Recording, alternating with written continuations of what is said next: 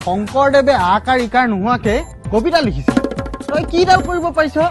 মই লিখিছো নহয় স্যাৰ কি লিখিছ তই কবিতা আকৌ কবিতা লিখিছে আকাৰ ইকাৰ নোহোৱাকে কি আকাৰ ইকাৰ নোহোৱাকে তই কবিতা লিখিছ হয়। কি লিখিছ শুনাচোন শুনা দিম নে স্যাৰ শুনা মহল মদ বটল ঠঙল ঠঙল ভঙল মহলৰ মদ বটল ঠঙল ঠঙল ভাগিল স্যাৰ ৰমণ মদ হজম কৰল বটল বটল ৰমণে মদ হজম কৰিলে বটলে বটলে হজম কৰল বহত তব শয়ন কৰ ৰহত হজম কৰাৰ পিছত তেওঁ শুই থাকিলে তব বম কৰল হলক হলক তেতিয়া বমি কৰিলে হলকে হলকে